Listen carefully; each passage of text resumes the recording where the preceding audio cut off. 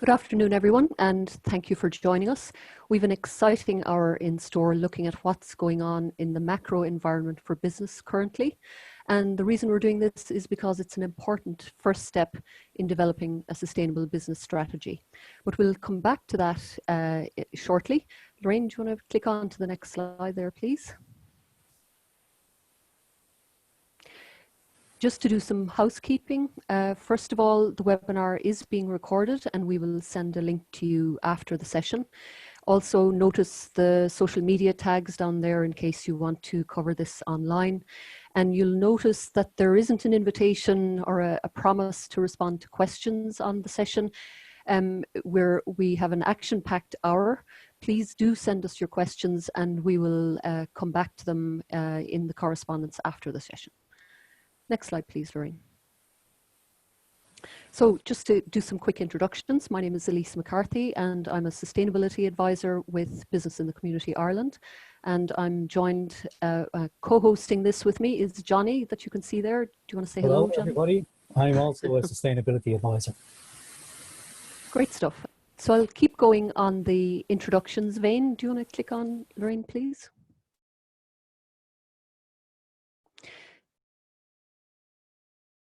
And yes, there we go. The slide with our members coming up, because Business in the Community is the network for responsible business. We're a not-for-profit organisation. We are 20 years old this year. We'll have a 21st birthday party next year. We have these 100 members in our membership. You'll recognise a lot of the brands, lots of global brands there, and therefore the global external context is relevant for all of these companies.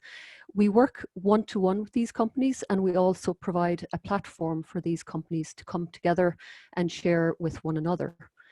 Next slide, please, Lorraine. So the way we work, we have divided our work up into 3 broad strands. If you like, we're looking at sustainable developments in those 3 familiar senses of social, environmental and governance. On the left-hand side there, you have the environmental strand, in the middle, social inclusion, and on the right, the governance, which is to do with integrating sustainability into the business strategy. You'll be familiar with some of the high-profile outputs from these strands of our work. The Carbon Pledge is on the left-hand side. Had a very successful launch of our 2nd report on that recently. In the middle strand, we have the Inclusive Employer Blueprint, which you may be familiar with. And on the right-hand strand, we have the Business Working Responsibly mark, which is based on ISO 26000 standard for social responsibility. So today's seminar is really going to focus on that last strand of work on the right, which is to do with integrating sustainability into the business strategy. Next slide, please, Lorraine. And at Business in the Community, when we talk about integrating sustainability into your business, we're talking about these kinds of areas. And I've highlighted a couple of areas there that a lot of you will be familiar with. So you'll see in there materiality assessment, you'll see baseline reviews mentioned. But the one, again, zooming in another little bit, what we're focusing on here today is the one with the star on it, which is looking at trends out there in the macro environment. And the reason we're looking at these, if you click on there, please, Lorraine. The reason we look at these is for the purposes of strategy integration, strategy development. You'll probably have your own strategy development process.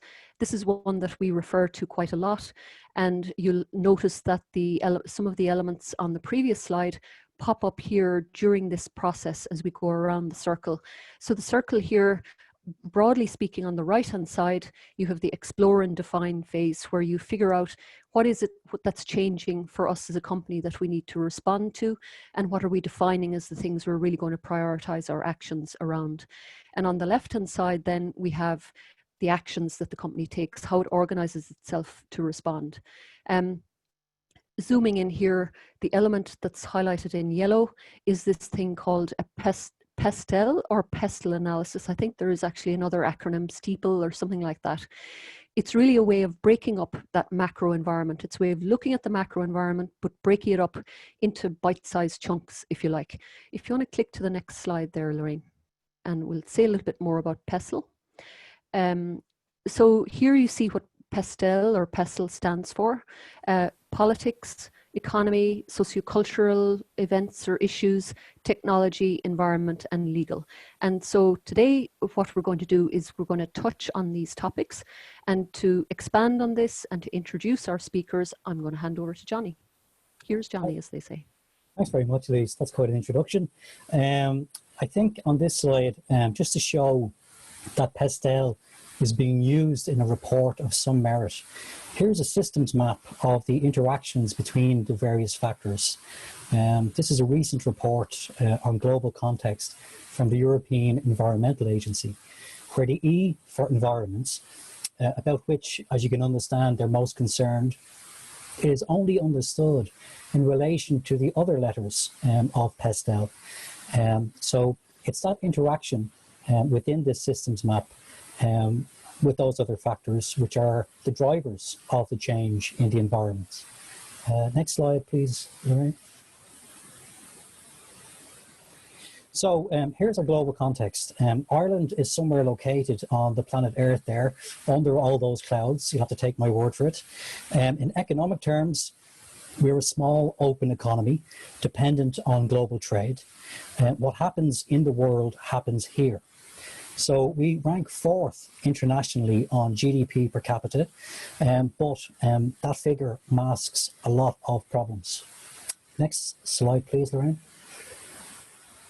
So, for example, we rank 41st in the world on climate performance, next to Argentina. Next, please, Lorraine. Okay, so today we have international speakers, given the global context of what we are talking about and the range of factors. So I will start on the left with Salil Tripathi, is a writer, award-winning journalist and policy advisor on global issues at the Institute for Human Rights and Business, and will be talking with us from New York. Salil has a long and distinguished career, including at Amnesty International, representing them during the formation of the UN Global Compact. Salil has worked on major human rights projects around the world. He holds an MBA from Dartmouth College, teaches new MBAs, and with that business lens is able to make sense of these complex political and socio-cultural factors to help corporations understand their impact and also their potential. He runs excellent podcasts, the most recent on Black Lives Matters, which I'd urge everyone to check out. Second, we have Richard Barrett, who has 30 years experience in international banking and finance. You might say he has seen it all. He is the Chief Sustainability Officer and partner at Earth Capital, which is a sustainability-focused investment group. Richard is also non-executive director at Triodos Bank, and he has previously worked at NatWest and ABN AMRO, where he was global head of sustainability. Richard was instrumental in the development of the Equator Principles, which are the market-recognized standard for the management of environmental and social risk within project financing. He is a fellow of the University of Cambridge Institute for Sustainability Leadership and holds an MBA from Durham University. Chaz Maloney is Marketing Director at Ricoh Ireland and UK, and is a thought leader on technology as a lever for change, enabling more flexible, productive and lower carbon ways of working. So remote working, of course, has been a major revelation during the COVID-19 crisis. Chaz is one of those technology experts who correctly predicted how the world of work would change anyway. Chaz will be able to explain the theory and process of change and the longer term implications for business. Chaz has a postgrad degree in management, and Ricoh are members of Business in the Community Ireland and hold the Business Working Responsibly mark, which is the leading sustainability accreditation in Ireland. So next slide, please, Lorraine. So to begin with PESTEL, P is for political, S is for socio-cultural. So we will address these first, and in a moment I'm going to ask Salil to speak. But first, a picture is worth 1,000 words. So here is a mural to George Floyd on a security wall in the West Bank occupied territories. Next slide, please, Lorraine.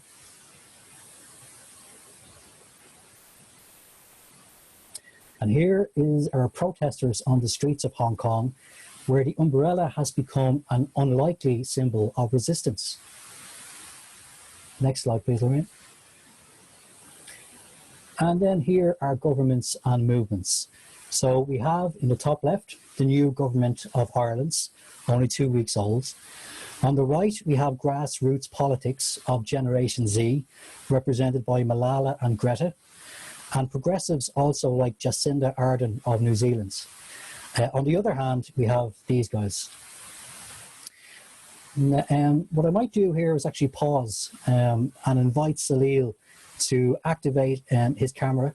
And if you could unmute yourself, please, Salil. And I might, looking at a broad sweep of what's happening in the world on the socio-cultural front, I might start by asking you that as you advise business leaders and MBAs, like, what do you say to them about these issues? Thank you, first of all, and it's a wonderful opportunity to speak to everyone. These are very powerful images, and very often business tends to see itself as isolated from the global currents.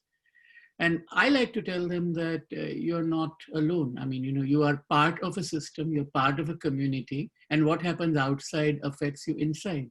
It's nice to ring fence the operations. It's nice to feel that what's happening within is fine, and we can maintain a very good isolated existence as such.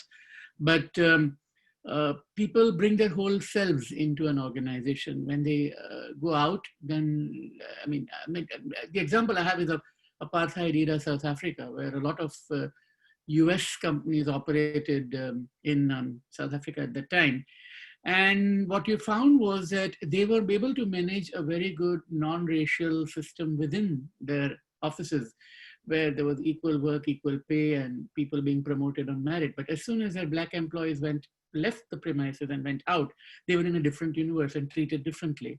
So you cannot isolate yourself. I mean, a lot of European companies, American companies, and even other companies have very progressive policies on LGBT rights. And within the company, they have very good policies in place. But once they leave the company and go out, they're treated differently. Or a Dalit in India, you're treated differently when you go out. So what happens outside does affect inside. And not just that, what happens outside brings those values into the company. And the challenge for the company is to make sure that the values it claims to uphold by, the UN Guiding Principles for Business and Human Rights, the Universal Declaration of Human Rights, the OECD Guidelines of Multinational Enterprise, are plethora of standards around. And what the companies have to make sure is that how do they mainstream those so well that there is a consistency in those. And it's not an easy task. We all come with our unconscious biases. I mean, you showed the photograph of George Floyd and Black Lives Matter. And I've been in New York now for close to half a year now. I mean, I moved here early this year. And one of the things you do find is that there's a lot of recognition of the issues in the parts of the US which incline one way, but very differently in the parts of the US which incline the other way. And therefore, you again have a challenge that if you're a corporation with a nationwide footprint, how are you going to deal with simple rules such as, whether or not employees should wear masks, and whether or not the staff should wear masks, and whether or not the people who are coming into the premises should be wearing a mask or not. And these become fraught political discussions, and cultural wars get fought out. So my point, my very long-winded answer to the question is that companies are part of a system. They are part of the ecosystem on the substratum. They are not isolated, and decisions that they take have an impact outside. Decisions that are made outside have an impact within, and they have a responsibility both to the workforce and to the community outside to make sure that the impacts of their activities are always upholding and strengthening the human rights mechanism. Do you want me to go on, or do you have more questions? I'll leave it to you, Johnny. Thanks, Salil. That's a very good overview. I mean, speaking of the inside and the outside, how do you, for example, manage a situation where employees are arriving into the workplace, they're having these conversations on the floor, they're wearing T-shirts or hats, and there's some recent examples, like one in Starbucks, for example, in the US, where they went one way as a company, and then they went another way.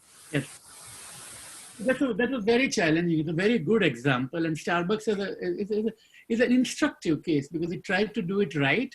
It did a few things wrong and then it moved back. So what happened was that Starbucks initially said that we do believe in Black Lives Matter. Their website had that big poster and so on.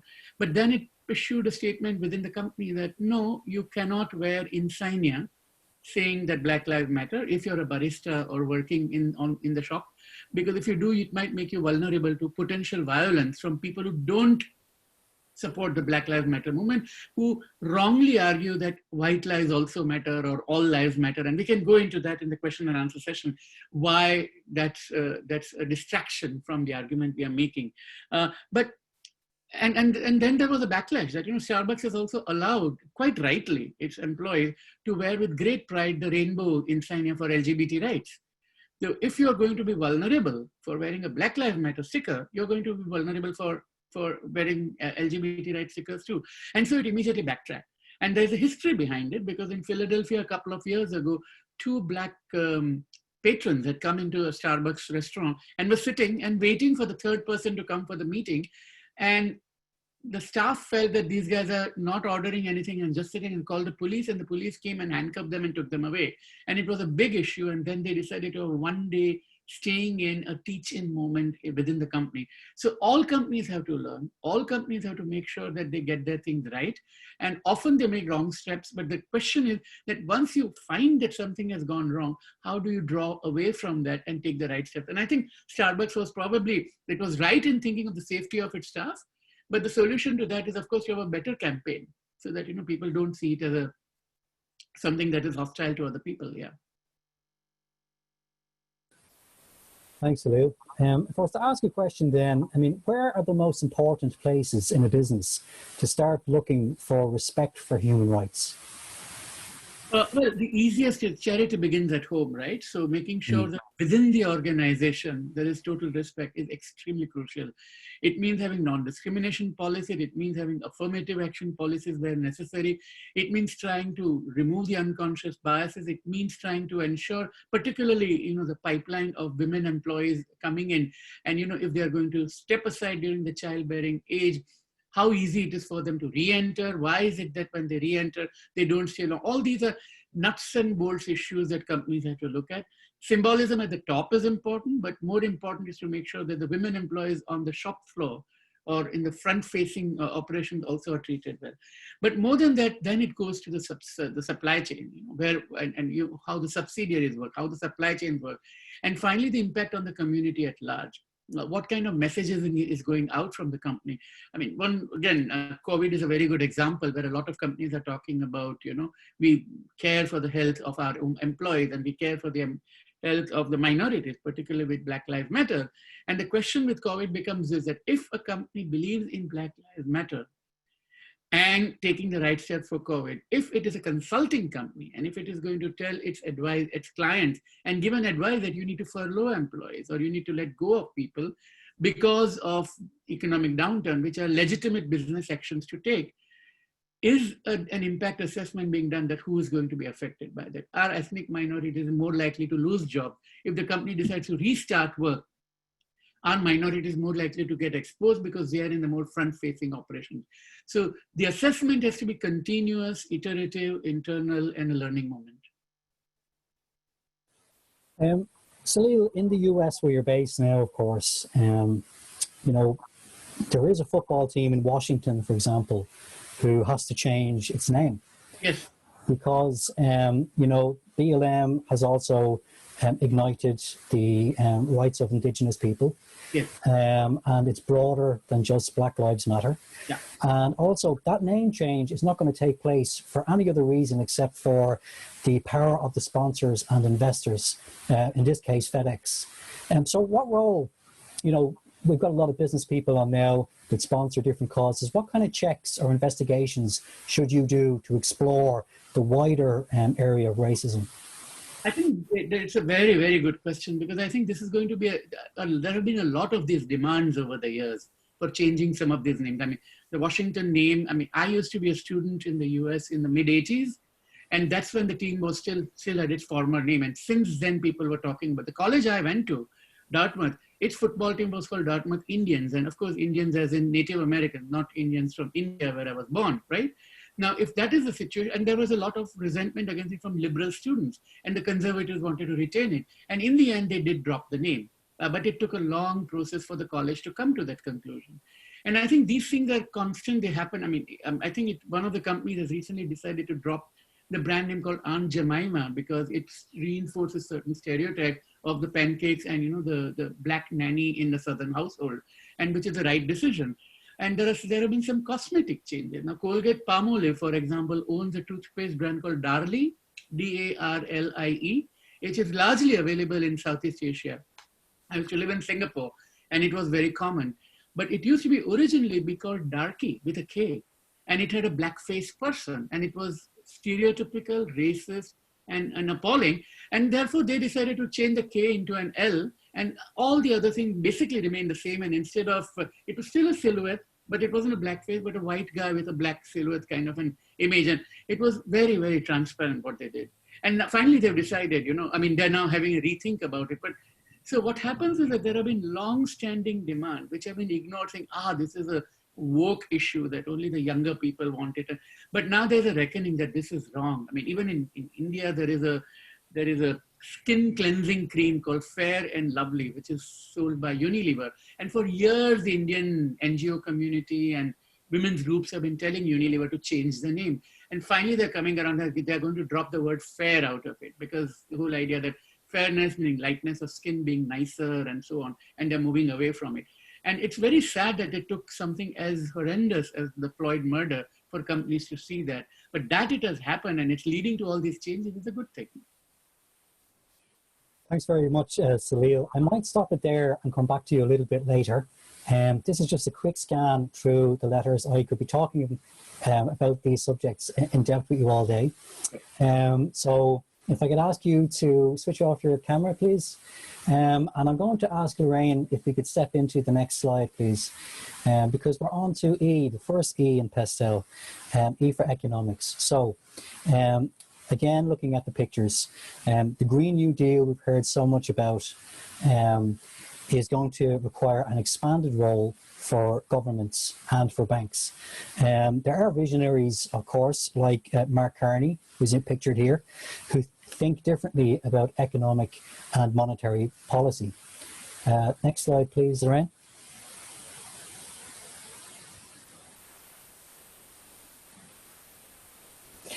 So there are new economic models. So in this example, we have the donut model by Kate Raworth, which links economics and with the planetary boundaries model. So there are new economic measures aside from GDP I mentioned earlier. Degrowth is a term and it's a movement. Limits may need to be placed on some sectors of the economy where they've exceeded the boundaries, and also stimulus provided to the green startups and innovations that we need. Next slide, please, Lorraine. Also, ESG investing, environmental, social, governance, has really taken off.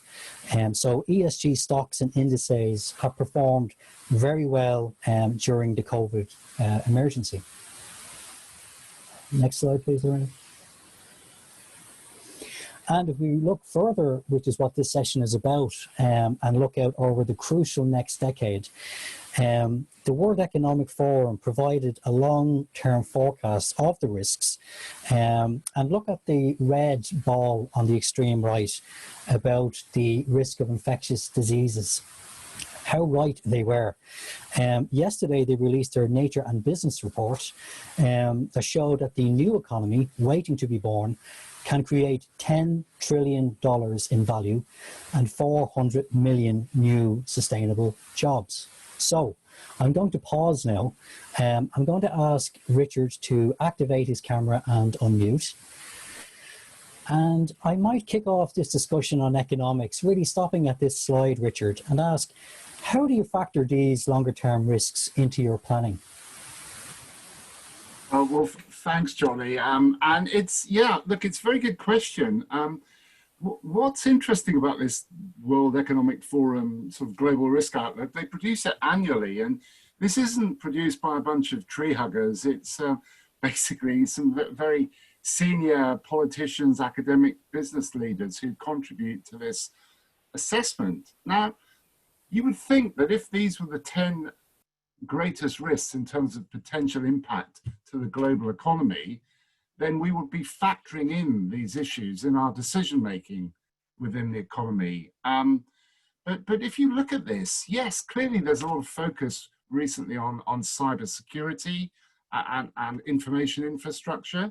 But if you look at some of the environmental issues like climate action failure, biodiversity loss, extreme weather events, a lot of these issues aren't actually factored in any systematic way into decision making within the global economy. In fact, you could argue that the business as usual model we have doesn't actually effectively address those risks. Many of them are environmental and economic externalities. I mean, they exist outside economic decision making.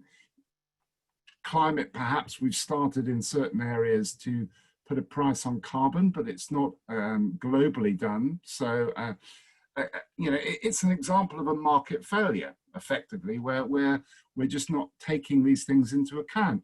You look at biodiversity loss, you know, many scientists think that actually biodiversity loss is a greater risk to the global economy in the short term than climate change because of our dependence on natural capital.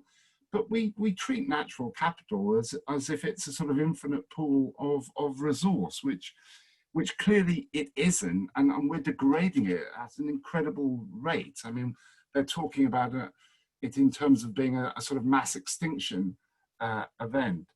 So what these things do is actually expose the economy and business to a whole host of risks. And when you do PESTEL analysis, I think you have to do it in totality, as you said, as a system. And you see a lot of the environmental and legislative risks now impacting the economic, you know, analysis part of PESTEL. I mean, you know, we see businesses and sectors of the economy exposed to operational disruption as a result of extreme weather risk. You know, we've seen it with residential housing, we've seen it with commercial property in terms of flooding, etc., or you know, coastal erosion, and we've also seen chronic effects of that. I mean, if you think of agriculture, which is such an important industry within Ireland, I mean, there is real concern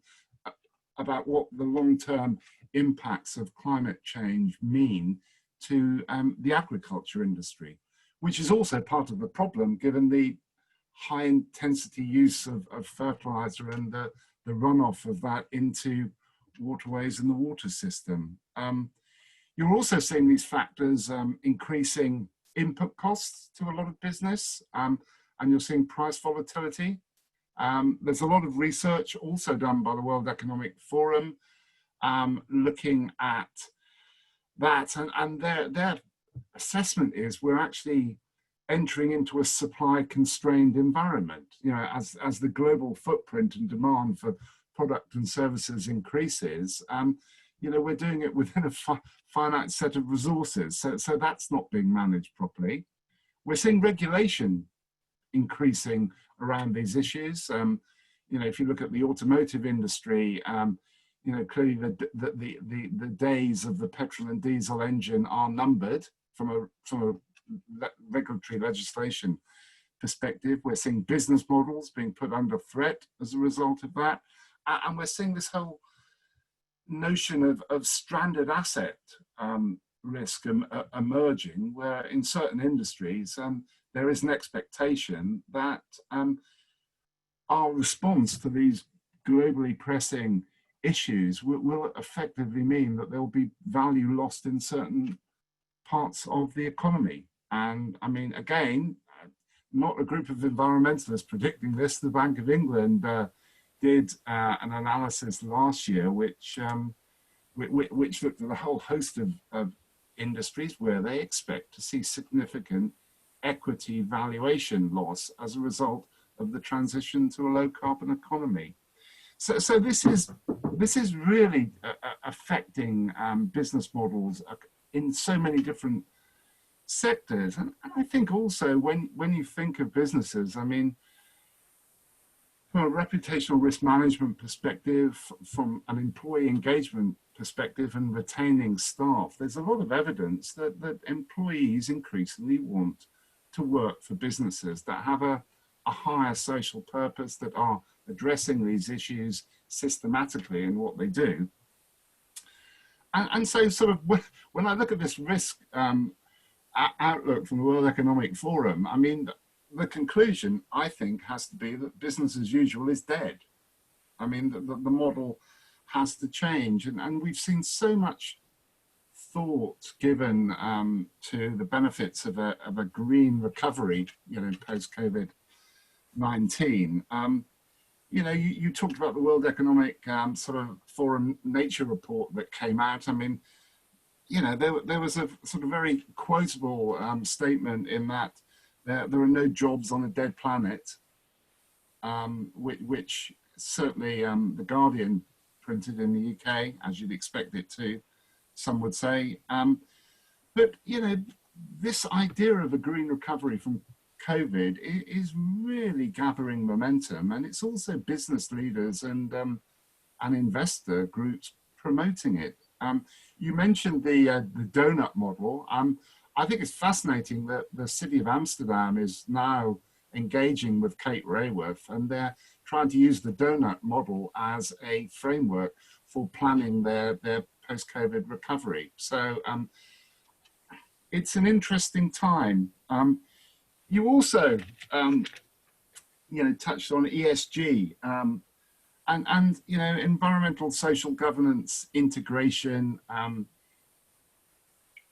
is clearly a sort of, I would say, a manifestation of PESTEL analysis in some respects, because it looks at the social, the environmental, some of the legal risks that are emerging. And why it's important from an economic perspective is because there is there's clear evidence now of a correlation between companies that manage these ESG sustainability issues well and their financial performance. And that comes from both academic studies that have looked at company performance over time and the correlation with their sustainability performance, and also increasingly from practitioner studies, particularly from some of the larger investment houses, BlackRock being one that's done a lot of analysis using MSCI data on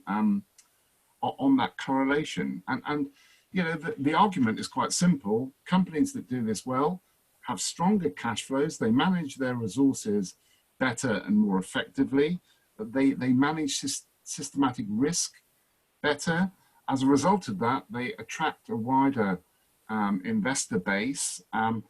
It gives them a lower cost of capital, and as a result, their valuations increase. And as you said, I mean, ESG funds did perform well based on the analysis I've seen in that initial sort of fall when COVID really started impacting the economy. So, you know, when I look at some of the things that are coming down the sort of pike now in terms of TCFD, the Task Force for Climate Financial Disclosures, you know, you mentioned the sort of Green Deal. There's the whole EU taxonomy development about, you know, trying to define what constitutes a green business investment as opposed to a brown one. You know, the direction of travel is quite clear. And I think, you know, if you look at the scientific underpinning behind these top 10 risks, this isn't a sort of optional strategy. I mean, this is something that businesses will have to do, which is why I made the earlier comment, business as usual is dead. That's probably enough of me for the moment, Johnny. Thank you very much, Richard. Comprehensive as always. I'll come back to you at a later stage about ESG. Can I ask you to switch off your camera for now? Because I'm going to switch on to technology. And here's a picture we're familiar with. It looks a little bit too serene in this picture about the world of work. So we are all experiencing this, and there are questions around the fact, is this a productive way of working? As regards to the infrastructure that's supporting this, as regards to childcare, as regards to ergonomics and sitting on the table, is this a good picture? Could I have the next slide there, please, Lorraine? So, linking back to what Richard said there about ESG stocks and some companies that have done very well during the COVID emergency, Zoom, as we all know and are using now, has done extremely well from where they were last year. So that's one example. Will I have another slide there, please, Lynn? So I have joining me now for this section, Chaz.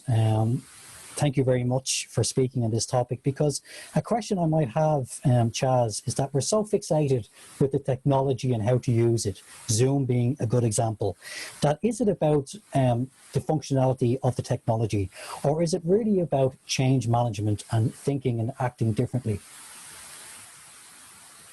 Thanks, Johnny, and thanks for inviting me on this afternoon. I've been talking about this for a long, long time in terms of the future of work and the future of technology. And one of the challenges we've all faced over, certainly 4 or 5 years now is the influx and the growth of technology that is largely forced on us as individual eye workers within organizations. Because technology is moving far, far, far quicker than we as humans can adopt and embrace and use to its maximum. So from our perspective, the analysis that we've done says that any technology adoption really has to start with an understanding of how people are going to use the technology and what they're going to use the technology for. And it's a far, far greater success if you actually start from understanding how people want to work, where they want to work, and how they want to work, and then finding an appropriate technology to actually meet the needs of that. What the COVID crisis has done is just accelerated that massively so. It's now not, my people now need to work at home. They have no choice. They have to work remotely. They cannot come into the offices. So there's the people change. Now I've got to find technologies that do so. There was a wonderful quote that we were asking people who's in charge of digital transformation within your organization. Is it the CEO, CFO, a CIO, CMO, whoever it might be? Well, the reality is the biggest accelerator in change in terms of digital transformation for most companies has been the COVID crisis, because we've had to react very, very quickly to do so. So it's not surprising that we're seeing the growth of products like Zoom or Microsoft Teams or collaboration tools like Slack or again, Microsoft Teams. This is not a surprise to anyone. What this is allowing people to do is try to work in their most effective way. Perhaps one of the interesting things, though, is actually the cultural change that's had to change to work alongside this. Because from a technology, which I'll come back to in more detail, it's also the culture of trust. There's an awful lot of organizations that historically will have managed through presenteeism. I can see, therefore I can trust, as opposed to those organizations that embraced remote working or home working prior to this, that had more of a culture of managing by outcomes or managing by KPIs in terms of what people are delivering. It was interesting that IDC did some research, and I'm just going to quickly look to my left to get the figure, but they now say 75% of organizations trust their employees regardless of their location. When they did this survey at the start of COVID back in February, that number was about half. So about 35% of organizations across Europe trusted their employees to work remotely. And now what the crisis has seen is that actually that number has doubled to 75%. Amazingly, there's still 25% of organizations that don't trust. So I think, picking up on the previous point, the world of work has changed for good. This is not going to go back. This is the new normal. We better start getting used to this, because if anyone thinks they're going to go back to traveling 5 days a week to their office, it's not. People have demonstrated and delivered they can be as productive, if not more productive, than they were working from the office. The downside, of course, is the social side. And although these tools like Slack and Teams, etc., allow people to interoperate together and to discuss together, people are missing the social elements of it, particularly Generation Zs. It's no surprise that the younger people, although they are the quicker and easier adopters of technologies, they are the ones that are missing the social side from that perspective. So I think as organizations, we need to be planning for what we term as the new normal, or you know, we talk a lot about how we're going to go back better to the offices at some point in the future. But I'm confident. I live in the West Country of England, but I work, you know, in Dublin and in London and in Bristol office. You know, I'm going to be working from home 3 days a week forever. I think that is the change we're going to see. And I'm saying 3 days as a notional number. It could be 4, it might be 2. But the reality is, I'm not operating in a unique way. We're all going to have to operate in a completely different way. Cultures have to change to understand and to trust further. And once we start to look at that, then that's where the technology can allow us to make do initially, but ultimately we've got to grow faster. So what would you say then, Charles, about almost investment decisions for companies? So whereas in the past, if you're expanding, you're looking at infrastructure such as buildings, city centre locations, transport hubs, and now perhaps you don't need to buy any of that. You don't need to have a car park. You may decide to invest in making the home office the de facto office. Yeah, I think it's a really interesting point about home working, and I'll come back to some of the other points you mentioned there, John, in a second. But I think, you know, when we research our customers and talk to them how they've managed to execute very fast to get their people home working, what a lot of home workers have done is that they're making do right now. They're using the technology the customer has provided, that their organization has provided to them.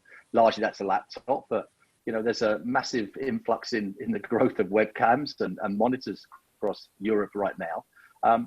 But we're seeing now, and what we're talking to a lot of our customers about, is how we can create what we're calling the professional home worker.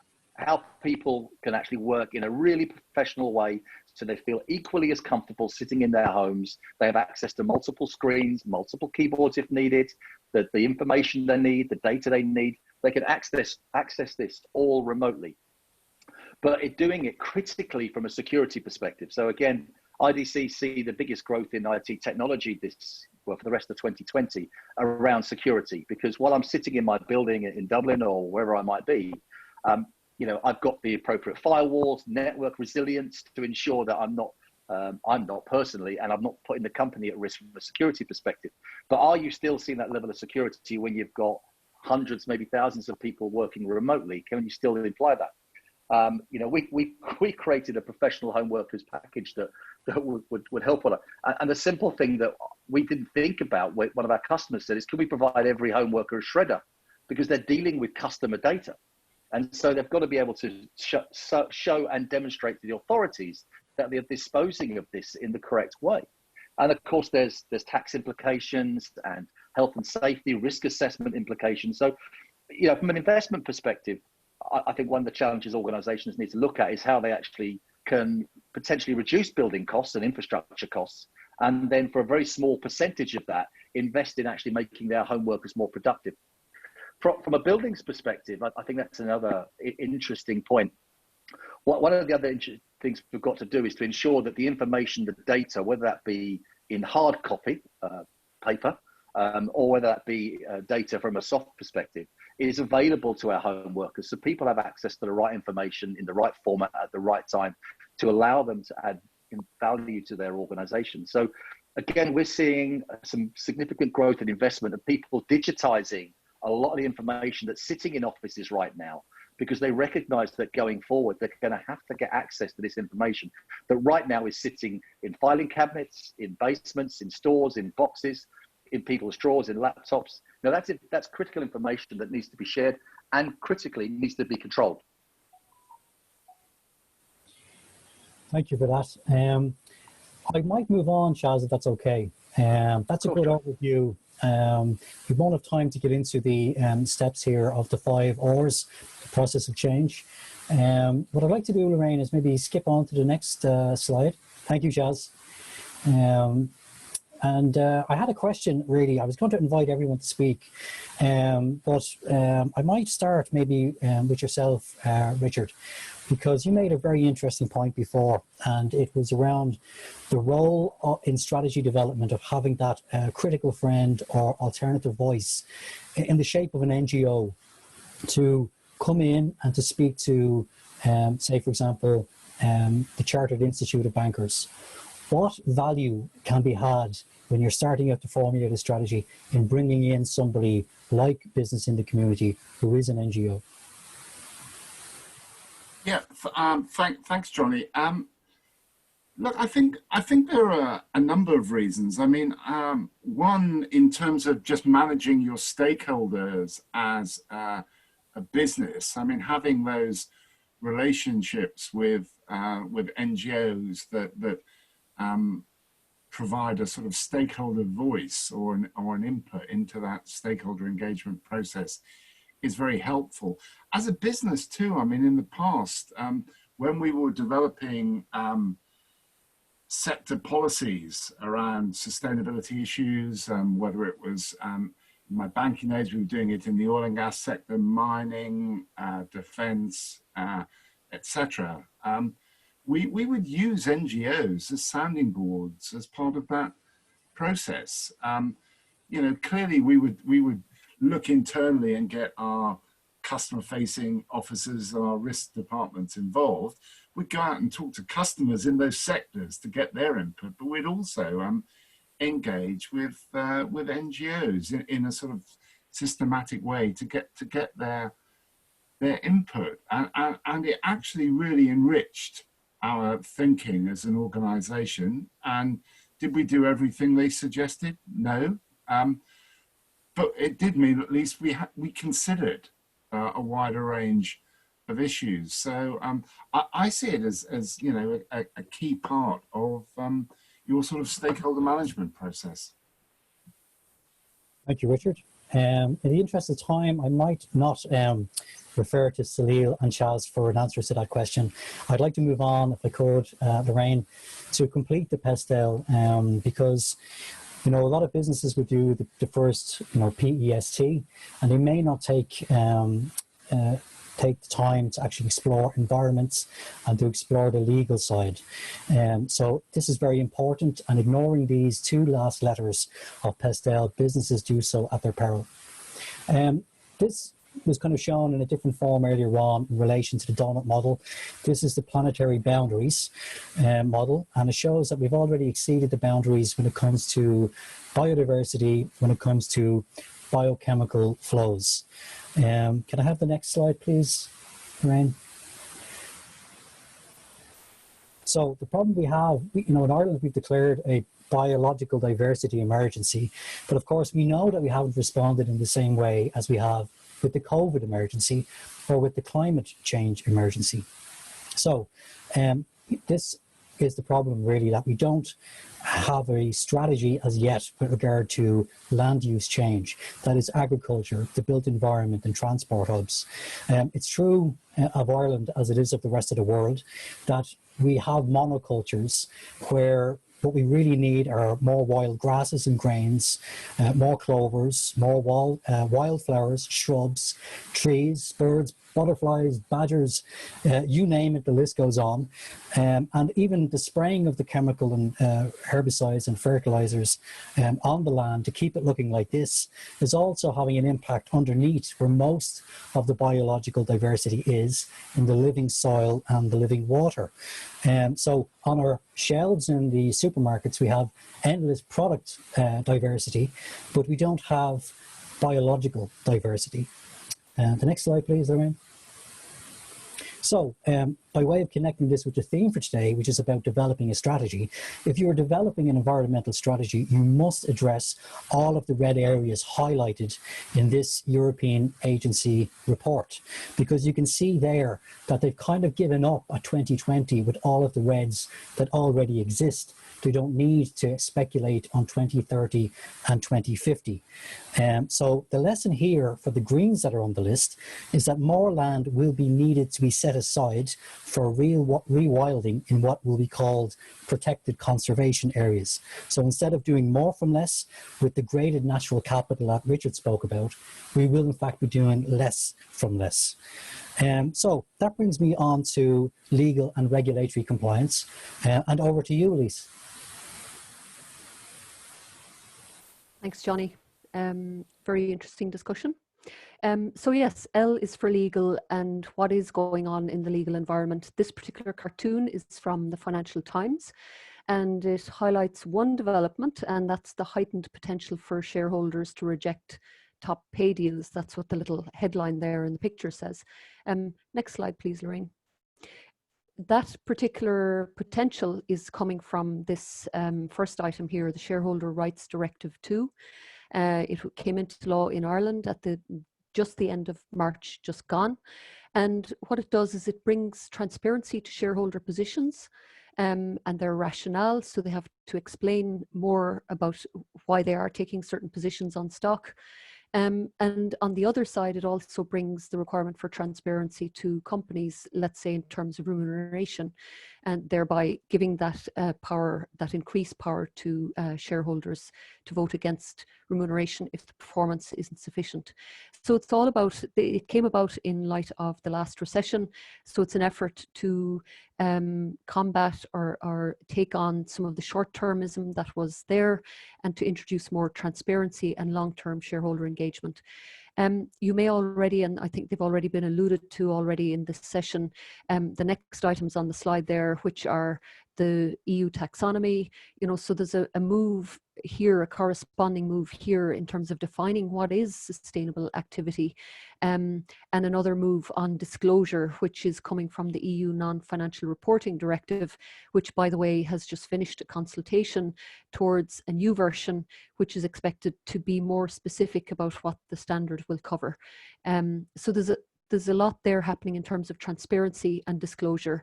And as well as that, more disclosure is coming up in emerging norms, which aren't quite official regulation, but the Task Force on Climate-Related Financial Disclosures, their recommendations are being taken up around the world as well, linking finance to climate-related issues and impacts in the company. But with this regulation, don't think that the opportunity, that it's all cut and dried now and that the opportunity for voluntariness is gone. There is still ample opportunity there for companies to move ahead and to challenge, to look for innovations, not necessarily to wait for regulation, but to move on. Next slide, Lorraine. Lastly, on legal, is just to note some of these developments in the last short while. The European Court of Auditors coming up with a decision that CAP was not effective in reversing biodiversity decline. And you may have heard of Bayer agreeing to settle on Roundup claims. So the question is, so there's two things there, the increased interest and how sustainability topics are coming up more and more in this, the scope of legal frameworks, and then the question about what are the implications of that. So we might move towards conclusion. Lorraine, if you could move on to the next slide and the next one again. So we've presented a lot of information in the last hour. We've heard from our external experts.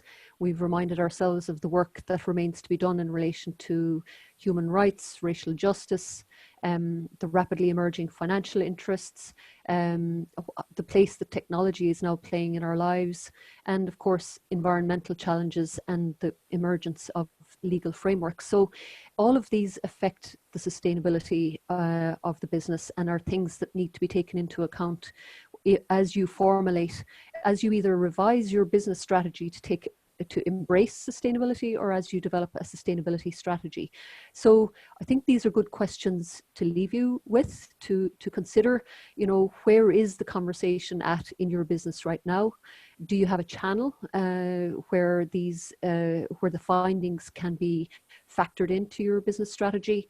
And who from outside the business is challenging your assumptions? They'd be the three questions. And lastly, we would like to thank you for joining us. I want to wrap up. We hope you found the event of interest. Thank you very much to our speakers, Salil, Richard, Chaz, and to Lorraine, our event whiz in the background. Please do feel free to get in touch with Johnny or myself if you have any queries or you'd like to know more. And I think with that, we will bid you a great rest of your day. Thank you very much and take care. Thank you very much. Bye-bye. Bye, everyone.